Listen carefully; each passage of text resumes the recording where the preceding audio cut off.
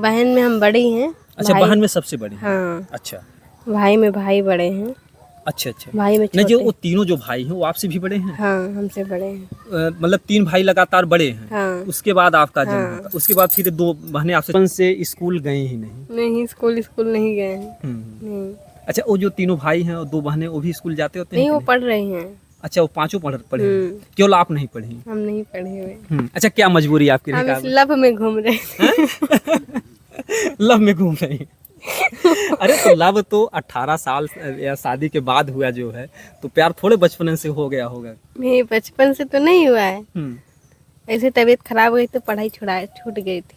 अच्छा अच्छा। दोस्तों नमस्कार, जैसा कि आप सभी लोग जान रहे हैं कि सोशल मीडिया पर एक खबर बहुत तेज़ी से वायरल होती है कि रायबरेली से चल करके काजल प्रजापति, अभी तो प्रेमिका कहा जाता था, इनको विधवा प्रेमिका काजल के नाम से लोग जानते थे, और इनके पति जो मिथिलेश हैं वो जो है जौनपुर ज़िले के हथरौरा ग्राम सभा में, ग्राम सभा बहुत ही मशहूर रहा, वहाँ से चल करके आती हैं। आप लोगों का कमेंट प्यारा प्यारा से आता है कि हमको जो है काजल की जीवनी के बारे में थोड़ा सा बताइए। आप लोग उनसे पूछिए कि उनका बचपन का जीवन कैसे रहा, कैसे कैसे उन्होंने संघर्षों से झेला और किस तरीके से उन्होंने इतना बड़ा हिम्मत का काम किया कि रायबरेली से चल करके आती हैं और एक ही दिन में पूरे गाँव का जो है मन मोह लेती हैं।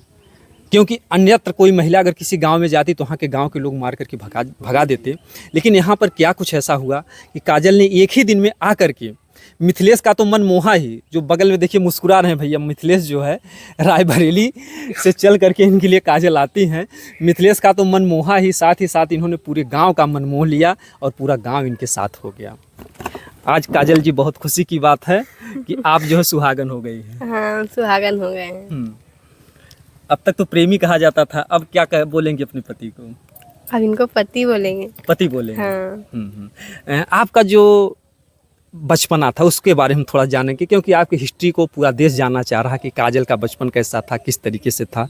तो आपका वो मायका कहाँ था जो है? सरामा में, रायबरेली के पास ही में है। रायबरेली के पास? हाँ। क्या नाम गाँव का? सरामा। सरामा। हाँ। थाना कौन सा पड़ता है? अर्चनपुर। अर्चनपुर। ये अर्चनपुर थाना और सरावा ग्राम सभा है और जिला है रायबरेली। वहाँ पर जो है एक छोटे से परिवार में इनका जन्म होता है। पिताजी का क्या नाम था? सुरेंद्र। हाँ। सुरेंद्र प्रजापति। हाँ। अच्छा, कितने भाई कितनी बहन है आप? हम 3 भाई हैं, 3 बहन हैं। अच्छा अच्छा। हाँ। अच्छा, देखिए इनका सम रहा जो है, 3 भाई 3 बहन हैं। तो भाई बहनों में आप छोटी हैं या बड़ी हैं, किस नंबर पे? बहन में हम बड़ी हैं। अच्छा, बहन में सबसे बड़ी हैं। हाँ। अच्छा। भाई में भाई बड़े हैं। अच्छा अच्छा। भाई में नहीं, जो छोटे। वो तीनों जो भाई हैं वो आपसे भी बड़े हैं? हाँ, हमसे बड़े हैं। मतलब 3 भाई लगातार बड़े हैं। हाँ। उसके बाद आपका जन्म हाँ। होता, उसके बाद फिर 2 बहनें आपसे छोटी हैं। हाँ। ये देखिए 3 भाई 3 बहन और ये चौथे नंबर पर आप हैं। हाँ, हम चौथे नंबर पे हैं। जी जी जी। आपका नाम मतलब काजल रहा, पिताजी का नाम क्या बताइए आप? सुरेंद्र प्रजापति। अच्छा अच्छा अच्छा। 2 बहनें इनसे छोटी। अच्छा, जो 2 बहनें हैं छोटी, उनकी शादी हुई है कि नहीं? नहीं, अभी शादी नहीं हुई है, लेकिन शादी लगी है। अच्छा अच्छा, दोनों की भी शादी नहीं हुई? नहीं, अभी शादी एक को भौजाई आयल है कि नहीं। ना? नहीं। अच्छा अच्छा। अच्छा, बड़े भी शादी नहीं हुई? नहीं, शादी नहीं हुई है, गाड़ी चलावत है, ट्रक चलावत है। अच्छा अच्छा अच्छा। पिताजी आपके क्या करते हैं? वो नहीं है, वो भी एक्सपायर हो चुके हैं। अच्छा, पिताजी इस बार? पापा नहीं है। चलिए, बहुत ही दुख की बात रही कि इनके पिताजी इस दुनिया में नहीं हैं और भगवान उनकी आत्मा को शांति दे। लेकिन आज उनकी बेटी ने जो है जो कुछ भी है पूरा देश इनको जान गया, पूरे देश की इनके साथ सहानुभूति रही। बाकी तो दुनिया है, हर किसी को एक दिन जाना ही जाना है, लेकिन कुछ समय से पहले जाता है तो बड़ा दुख होता है। तो आपकी जब शादी हुई थी तो थे कि नहीं आपके पिताजी? हाँ, थे वो। अच्छा, अभी जल्दी में खत्म हुए हैं। अच्छा, जल्दी में खत्म हुए हैं। अच्छा अच्छा अच्छा। तो शादी के कितने दिन बाद वो खत्म हुए थे लगभग? शादी के तो 8 साल बीत गए थे। अच्छा अच्छा। उसके बाद में खत्म हुए थे। अच्छा। हाँ। खुशियों से इनकी होती है शादी जो है। और अच्छा, बचपन में पढ़ाई लिखाई आपकी कहाँ तक होती है? पढ़ाई वढ़ाई नहीं किए हैं। अच्छा, कुछ भी नहीं पढ़ी? नहीं। ये देखिए जो है, जो काम एक पढ़ा लिखा व्यक्ति नहीं कर सकता है, उस काम को जो है काजल प्रजापति ने कर दिया है। ये मतलब स्कूल तक नहीं गई हैं। मतलब क्या मजबूरी रही जो है कि मतलब कि गरीबी की वजह से पिताजी जैसे संघर्ष कर रहे थे? काजल जी, हाँ। आप मोबाइल भी तो चलाती हैं? हाँ, मोबाइल तो चला लेते तो हैं। देश वाले यही कहेंगे कि मोबाइल कैसे चलाते हैं जब काजल पढ़ी लिखी नहीं है? पढ़ने लिखने से कुछ नहीं होता है। नहीं। तो फिर ये कहाँ से अनुभव आ गया मोबाइल आप चला लेती हैं? मोबाइल तो एक छोटा सा बच्चा चला लेता है, वो भी चला लेता अच्छा, छोटा सा बच्चा भी हाँ। चला। अच्छा, उसमें नाम वाम तो आप लिख ले जाती हैं। है। हाँ, ये सब अनुभव कहाँ से आपने सीख लिया? ये बताए थे। अच्छा, ये पतिदेव बताए थे आपको। हाँ, और ये बताइए, आप पढ़ी लिखी भी नहीं थी, लेकिन रायबरेली से चल करके आप जौनपुर कैसे यहाँ पे आ जाती हैं? वो बस वो भी से अकेले? बस से आए थे। हम्म, हाँ अच्छा, पता एड्रेस इनसे पहले पता था? हाँ। देखिए, इन्होंने पढ़ा लिखा तो नहीं था, लेकिन जो इन्होंने काम किया या जिस तरीके से इनकी भावनाएं रहीं, यहाँ पर आती हैं, इनको पूरे गांव के लोग जो है बहुत ही इज्जत और मान सम्मान देते हैं। तो यानी आप बचपन से स्कूल गए ही नहीं? नहीं, स्कूल नहीं गए हैं। नहीं, अच्छा, वो जो तीनों भाई हैं और दो बहनें, वो भी स्कूल जाते होते हैं नहीं कि वो नहीं? पढ़ रहे हैं। अच्छा, वो पांचों पढ़े हैं। हम्म। केवल आप नहीं पढ़ी? हम नहीं पढ़े हुए, अच्छा, क्या मजबूरी आपकी हम रही? इस लव में घूम रहे थे। लव में घूम रही? अरे तो लव तो 18 साल या शादी के बाद हुआ जो है, तो प्यार थोड़े बचपन से हो गया होगा। नहीं, बचपन से तो नहीं हुआ है। हम्म, ऐसे तबीयत खराब हो गई तो पढ़ाई छूट गई थी। अच्छा अच्छा। हम्म। तो अब देखिए, धीरे धीरे सच्चाई बता रही हैं, पढ़ाई इनकी छूट गई थी। कै में रहनी है तब, जब पढ़ाई छूटल? तभी 5 में रहना है। 5 में रहनी है। हाँ। अब देखा भैया, 5 तक पढ़ लो है, अब तक कहानी में को अक्षर ना पढ़े है। तो कहीं कहीं देखिए, एक चुलबुली है। अगर देखा जाए तो बचपन में जो है, जो चुलबुलापन होता है, वो चीज़ अपना दर्शा रही। अभी का इन्होंने कहा हम पढ़े लिखे हैं, लेकिन 5 तक पढ़ी थी, तबीयत खराब होती थी, स्कूल छूट जाता है। अच्छा, बचपन में क्या क्या शौक था आपका? पूरा शौक पूरा हो चुका है। नहीं, जैसे खेलने का, कूदने का, जैसे गांव में लोग झूला उला झूलते हैं, हाँ, ये सब किए हैं। क्या क्या करती थी? जो जैसे झूला झूलती थी, या जो कबड्डी उबड्डी खेलते हैं, सब कुछ खेले हैं, सब कुछ में देखे क्या क्या हैं। थोड़ा सा बताइए। खेला खेले हैं। कौन सा खेला खेले हैं? लुकैया। लुकैया वाला? झूला झूले हैं। झूला झूलने? हाँ। ये लुकैया वाला खेला कैसे होता है?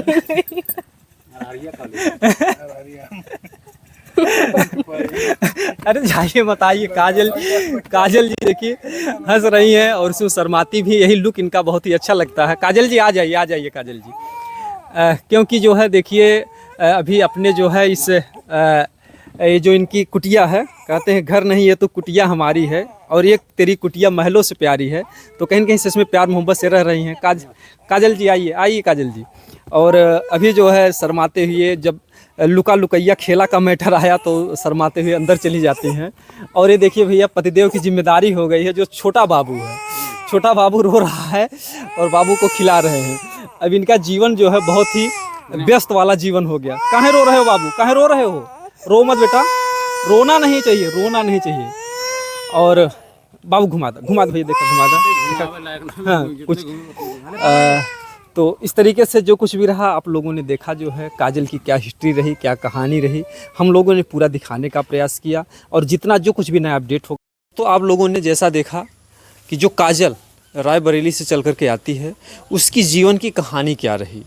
हाँ, पूरे देश की सहानुभूति रही, पूरे वहाँ के गांव के लोगों की सहानुभूति रही, और जैसा लोगों ने चाहा, आज जो है काजल सिंदूर पहन करके मिथिलेश के साथ जो है अपनी जो भी राम मड़ैया है उसमें अपना जीवन बिता रही है।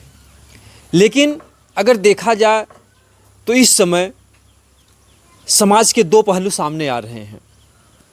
क्या काजल अगर मिथिलेश के साथ में जीवन बिता रही है, तो क्या इसका दर्द सीता को नहीं है? अगर ये हादसा किसी भी औरत के साथ होता, अगर सीता की जगह पर कोई भी महिला होती, तो आज उसके ऊपर क्या बीतती। हम माना कि कुछ लोग तो कमेंट करते हैं कि काजल को न्याय मिल गया, लेकिन अगर देखा जाए तो बहुत सारे कमेंट ऐसे भी आते हैं कि अब सीता का क्या होगा। वास्तव में बहुत बड़ा सवाल है कि आखिर में जो सीता 13 वर्षों तक मिथिलेश के साथ में रही, 3 बच्चे हैं उसके, और आज जहाँ पर शादी बन करके, ये हमारे देश की परंपरा है कि दुल्हन अगर ससुराल में जाती है, दुल्हन बन करके, तो वहाँ से उसकी अर्थी ही जाती है। लेकिन आज सीता जो है अतरौरा ग्राम सभा से बेदखल है। आज जो मायके में है, आप लोग जानते हैं कि ये गांव देहात में एक कहावत है कि कोई भी व्यक्ति 100 बहू को रख सकता है, लेकिन एक बेटी को अपने घर में नहीं रख सकता है। बहरहाल जो कुछ भी है, सीता के बुजुर्ग पिता, उनके भाई या उनका जो भी परिवार है, सीता के सपोर्ट में है या सीता के साथ खड़ा है, लेकिन क्या जो जख्म सीता को मिला है उस जख्म कोई भर पाएगा? ये बहुत बड़ा सवाल है प्रशासन के ऊपर भी और समाज के ऊपर भी और देश के ऊपर भी, कि आखिर में किस तरीके से, मान लीजिए कि काजल ने संघर्ष किया या जो कुछ भी किया, मिथिलेश ने, अगर देखा जाए मिथिलेश ने तो गलती की ही। अगर इनकी शादीशुदा ज़िंदगी थी तो फिर उनकी ज़िंदगी में काजल के दखल नहीं देना चाहिए था। हाँ, अगर काजल जानती थी कि वो शादीशुदा हैं, उनके बच्चे हैं, उनका परिवार है, तो उनको भी यहाँ आना नहीं चाहिए था। मैटर चाहे भी जिस तरीके से होता, किसी और तरीके से अपना दुनिया बसाते। लेकिन हाँ, अगर मिथिलेश और सीता दोनों ने मिल करके अगर काजल को ठगा है, जिस तरीके से काजल ने अपने बयान में कहा कि हमारी भाभी बनी थी, अगर वो भाभी वास्तव में बनी थी, वास्तव में अगर उन्होंने इस तरीके की गलती की है जाने अनजाने में, तो ये तो उनके लिए सज़ा है। लेकिन अगर हो सकता है, क्योंकि मिथिलेश हर बात पर ये भी कहते थे कि काजल जितने भी इल्ज़ाम लगा रही है सारे इल्ज़ाम झूठे हैं। अब तो मामला ईश्वर ही जाने कि उनके दिल में क्या था, क्योंकि प्रशासन के भी बस की बात नहीं है, क्योंकि कहीं पर कोई पुख्ता सबूत नहीं है कि कहाँ पर क्या है। हाँ ठीक है, काजल ने तमाम ऐसे वीडियो दिखाए कि जिनके साथ जो है मिथिलेश का संबंध रहा या जो कुछ भी रहा, लेकिन उन सारी बातों से अगर देखा जाए तो एक बहुत बड़ा सवाल खड़ा होता है कि इस समय मिथिलेश और काजल अगर साथ में हैं तो आखिर में अब सीता कहाँ जाएगी? सीता के लिए जो है क्या कुछ होगा? सीता क्या करे? अब कोर्ट का चक्कर लगाए या पति के साथ में रहे?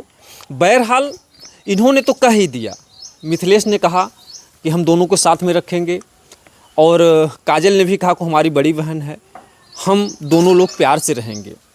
लेकिन अगर काश ऐसा हो जाता है ये तो बहुत अच्छी बात है, लेकिन अगर देखा जाए तो एक औरत के लिए सबसे बड़ा दुख यही होता है, एक औरत सब कुछ बर्दाश्त कर सकती है लेकिन एक सौतन को नहीं बर्दाश्त कर सकती है। लेकिन तमाम ऐसे भी लोग हैं, आप लोगों ने देखा होगा अजीत पेंटर हैं, उनके पास भी 2 पत्नियां हैं। अगर प्यार मोहब्बत से लोग रह रहे हैं तो बहुत अच्छी बात है। अगर मिथिलेश जेल में जाते हैं या और कुछ भी होता है तो ये भी दुख की बात है। तो मामला बहुत ही संगीन है, बहुत ही विचाराधीन है, क्योंकि हमारा मकसद एक ही है कि न काजल के साथ अन्याय हो, न सीता के साथ अन्याय हो। गलती तो मिथिलेश ने की है, अगर मिथिलेश को कोई सज़ा दी जाती है, अगर जेल होती है या किसी प्रकार का उनको प्रताड़ना दी जाती है तो उससे काजल और सीता दोनों का जीवन बर्बाद होगा। तो ऐसे में बहुत बड़ा सवाल खड़ा होता है। तो हम चाहते हैं कि आप लोग कमेंट में बताइएगा कि किस तरीके से काजल और सीता दोनों को न्याय मिल पाएगा। मिथिलेश ने तो गुनाह किया ही है, अगर आज गुनाह नहीं किए होते तो आज ये बात सामने नहीं आती। लेकिन क्या इसके लिए मिथिलेश को कोई बहुत बड़ी सज़ा देना भी जायज़ है? तो आप लोग ज़रूर बताइएगा कमेंट में कि क्या राय है आप लोगों की। क्या कुछ ऐसा हो ताकि अन्याय किसी के साथ ना हो? अगर सीता का भी दिल दुखता है, सीता भी अगर रात दिन रोती है, विलखती है, तो उसकी भी बद्दुआ, अगर सीता के बच्चे भूखे मर रहे हैं तो उन बच्चों की भी बद्दुआ जो है कहीं ना कहीं से सबको लगेगी। अगर काजल भी अगर वहाँ से आई है बरेली से, किसी भी तरीके से अगर हिम्मत करके या जो कुछ भी है, गलती तो मिथिलेश ने की और कहीं कहीं से काजल की भी गलती है, क्योंकि अगर उनको ये पता था कि अगर वो शादीशुदा हैं तो इसमें काजल की भी गलती ही मानी जाएगी। तो इसकी सज़ा जो तीसरी है, अगर देखा जाए तो सबसे ज़्यादा अधिकार सीता का ही बनता है मिथिलेश के साथ में रहने का। लेकिन आज इस बात का बहुत दुख है कि सीता आज बहुत दूर है, काजल उनके पास में है। लेकिन बहरहाल मैं फिर आप लोगों से रिक्वेस्ट करूंगा, आप लोग कमेंट में बताइएगा कि किस तरीके से सीता और काजल दोनों को न्याय मिल पाएगा। बाकी जो कुछ भी नया अपडेट होगा हम दिखाने का प्रयास करेंगे। दोस्तों जय हिंद।